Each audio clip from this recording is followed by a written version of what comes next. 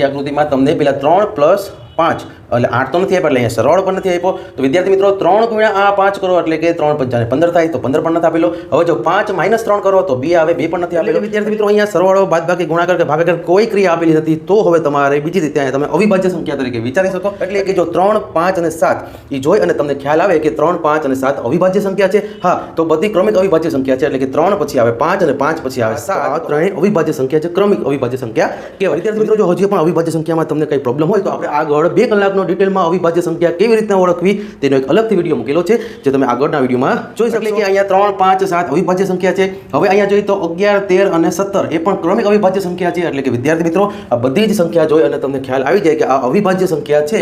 તો હવે તમે જોશો તો 19 પછી આવે 23 અને 23 પછી આવે ડાયરેક્ટ અહીંયા 29. એટલે કે આ 29 અવિભાજ્ય સંખ્યા, 23 પછીની અવિભાજ્ય સંખ્યા આવે. ત્યાં સુધીમાં આ ચેનલને સબસ્ક્રાઇબ કરી દેજો અને આ વિડીયોને લાઈક કરી દેજો. જય હિન્દ, જય ભારત.